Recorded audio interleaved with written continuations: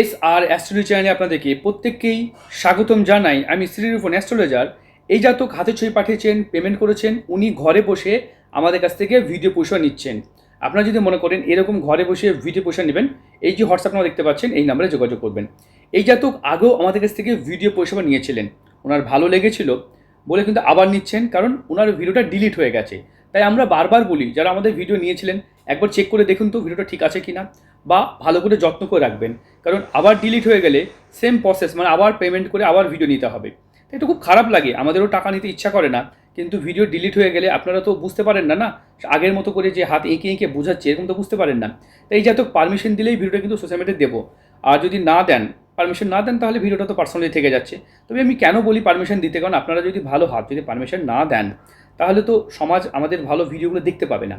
তাছাড়া আপনার ভিডিওটা ডিলিট হবে না। সোশ্যাল মিডিয়াতে ভিডিও বলছি মানে ভিডিওর জেনুইন ব্যাপারটা আরও বেড়ে যায়, কারণ পার্সোনাল ভিডিওতে অনেক কথাই বলা যায়, ঠিক আছে, পার্সোনালি অনেক কিছু বলা যায়, কিন্তু জেনুইন ভিডিও করতে গেলে আপনি সোশ্যাল মিডিয়া ছাড়া মানে দিচ্ছি মানে কি, কোটি কোটি জ্যোতিষী দেখবে, কোটি কোটি মানুষ দেখবে, কোটি কোটি ব্যক্তি দেখবে, সবাই দেখবে। 5 বছর পরও মানুষের যদি ভুল বলে থাকি তার ধরা খেয়ে যাবো, বা আমাকে আপনারা বলতে পারবেন যে এই লোকটা ভুল বলেছিলেন।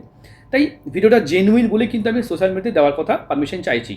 তাই পারমিশন দেবেন। অনেক ডাক্তার, ইঞ্জিনিয়ার, উকিল, অনেক বড় বড় মানুষের হাত বিচার করেছি, তারা পার্সোনাল বিচারই নিয়ে থাকেন, ঠিক আছে। অনেক বড় বড় পুলিশ অফিসার আছেন, বিশেষ করে জজ সাহেবেরও হাত বিচার করেছি, তারাও কিন্তু অ্যাস্ট্রোলজি বিশ্বাস করে।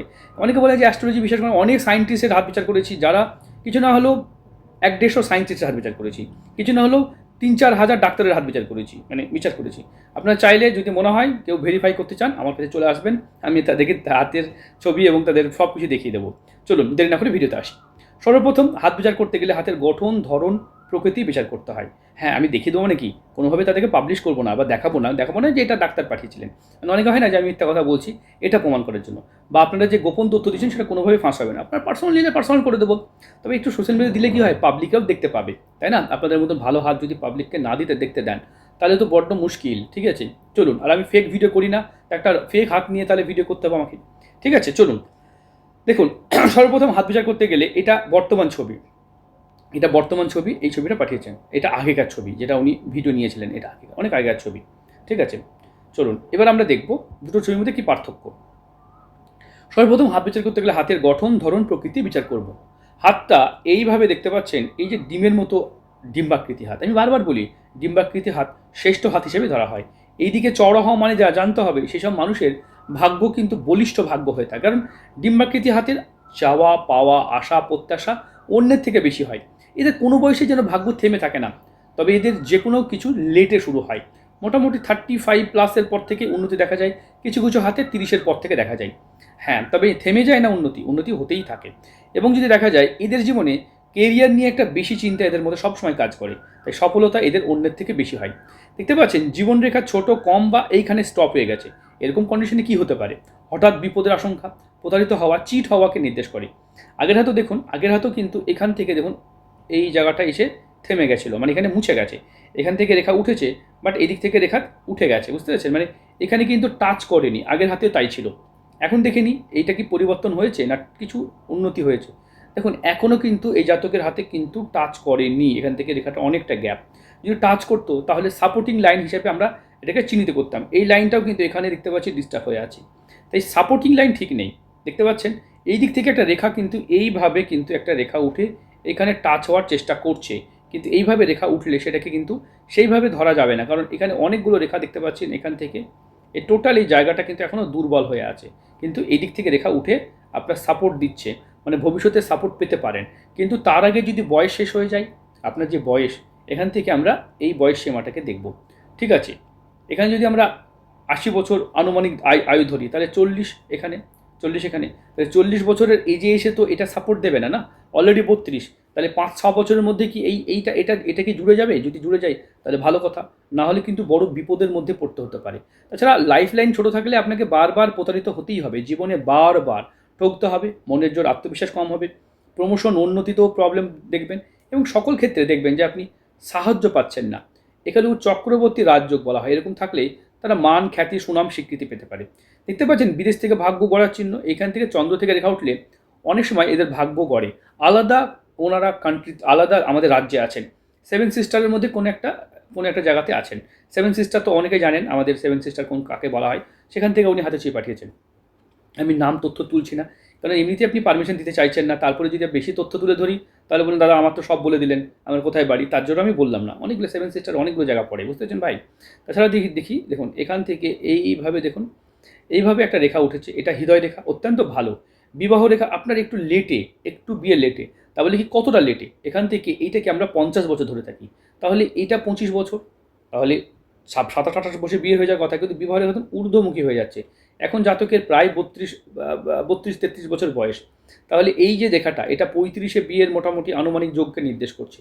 কিন্তু দেরিতে বিয়ে করা দাম্পত্য জীবনের জন্য নয়, সকল ক্ষেত্রেই এটা একটা সমস্যা, এতে প্রবলেম দেখা যায়। কারণ সন্তান নেওয়ার পর অনেক রকম প্রবলেম দেখা যায়, কারণ যত দেরিতে বিয়ে করবেন আপনার বাচ্চা বড় হবে, স্বাভাবিক কথা, বাচ্চা বড় হবে। এবার আপনার বয়স যখন 60 হবে, তখন আপনি যদি 40-এ বিয়ে করেন তাহলে আপনার বাচ্চার বয়স 20, আনুমানিক 18-20, তাহলে সে কি দাঁড়াতে পারবে? দাঁড়াতে পারবে না। তাহলে আপনাকে রিটায়ার্ড নেওয়া যাবে না, আপনাকে 70 পর্যন্ত কাজ করতে হবে, তাও হচ্ছে তার বয়স 30 বছর। তাই আপনি দাঁড়াতে যদি টাইম নেন 40 বা 35 নেন, তাহলে তার কত হবে? তাহলে 35-এ বিয়ে করা এটা কিন্তু সত্যি কথা বলতে একটু মানে একটু একটু একটু দেরি হয়ে যায়। ছেলেদের বিয়ে করার সব থেকে ভালো বয়স হচ্ছে 22 থেকে আপ টু 27-এর মধ্যে, এটা বিয়ে করার ভালো বয়স। মানে 25 ধরে নিতে পারেন, যেটা দাম্পত্য জীবনের জন্য খুব ভালো। ঠিক আছে, হ্যাঁ, এবার অন্য কোনো কাজ করছেন, আপনি সায়েন্টিস্ট, দেশের জন্য কাজ করছেন, এমন ব্যস্ত যে সময় নেই, সেই ক্ষেত্রে ব্যাপারটা আলাদা।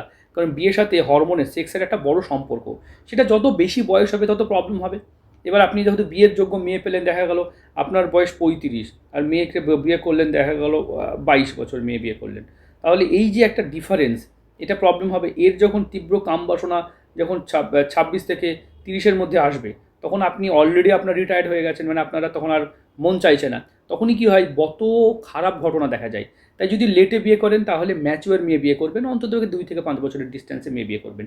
অনেকেই আমাদের কাছে একটা কমন প্রবলেম, বিশেষ করে আমাদের হিন্দু সমাজে দেখা যায়, ছেলেদের বেশি বয়স, মেয়েদের খুবই কম বয়স, যার জন্য তাদের মানে এটা তো মিলন না ভাই, এটা তো মানতেই হবে। একটা 18 বছরের সাথে অন্ততপক্ষে 2 থেকে, যেটা ডিস্ট্যান্স 2 থেকে 7 বছর পর্যন্ত ডিস্ট্যান্স সব থেকে ভালো মানা হয়েছে, ওই 4-5 বছর ডিস্ট্যান্স মানা যেতে পারে। সেখানে 17 বছর, 15 বছর, 18 বছর, 12 বছরের ডিস্ট্যান্স করলে তাদের কিন্তু দাম্পত্য প্রবলেম হবে।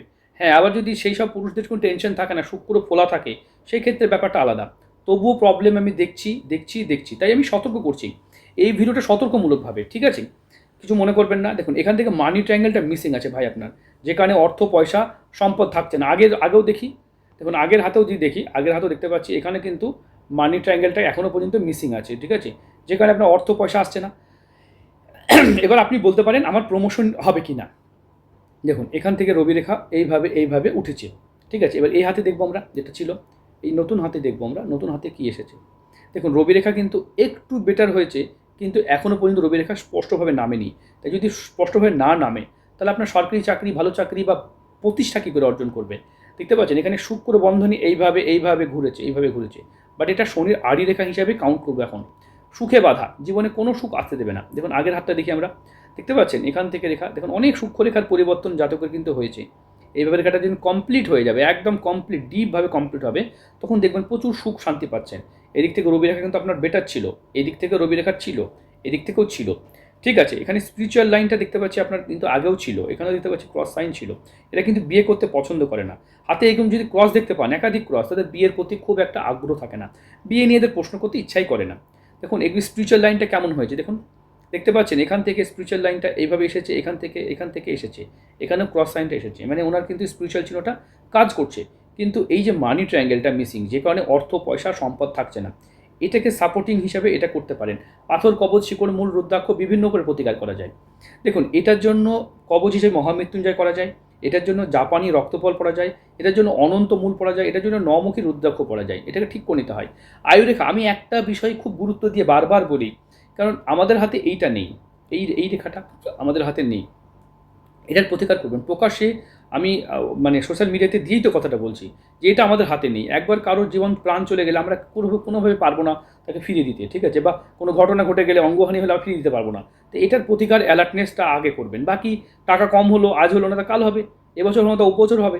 কিন্তু জীবনহানি, অঙ্গহানি হয়ে গেলে সেটা কিন্তু ঠিক করা সত্যিই দুষ্কর, কোনো জ্যোতিষীর হাতে থাকে না। জন্ম মৃত্যু বিবাহ বলে না, সেটা অনেকেই বলে থাকেন।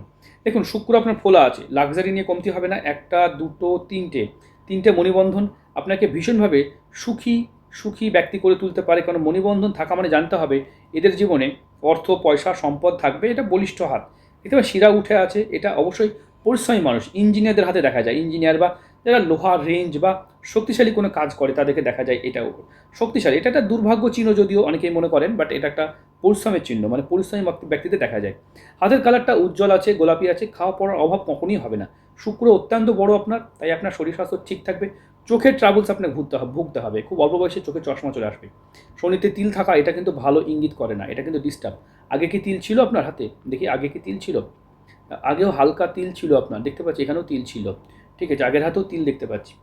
ঠিক আছে, আপনার হাত ভালো, এখানে রম্বস সৃষ্টি করেছে, লোন দেনা, আর্থিক সমস্যা এবং ফাইন্যান্সিয়াল ক্রাইসিসে পড়তে হতে পারে। এদিক থেকে রেখা উঠে যাচ্ছে, এটা শাপিত দোষ বলে চিহ্নিত করা হয়। এটাও মোটামুটি আপনার ছিল, এখন কি সেটা কেটেছে? দেখে নিন নতুন হাতটা দেখুন, এদিক থেকে রেখা উঠেছে। আপনি যে পর উপকার করতে ব্যস্ত হয়ে ওঠেন, সেটা একটা প্রবলেম।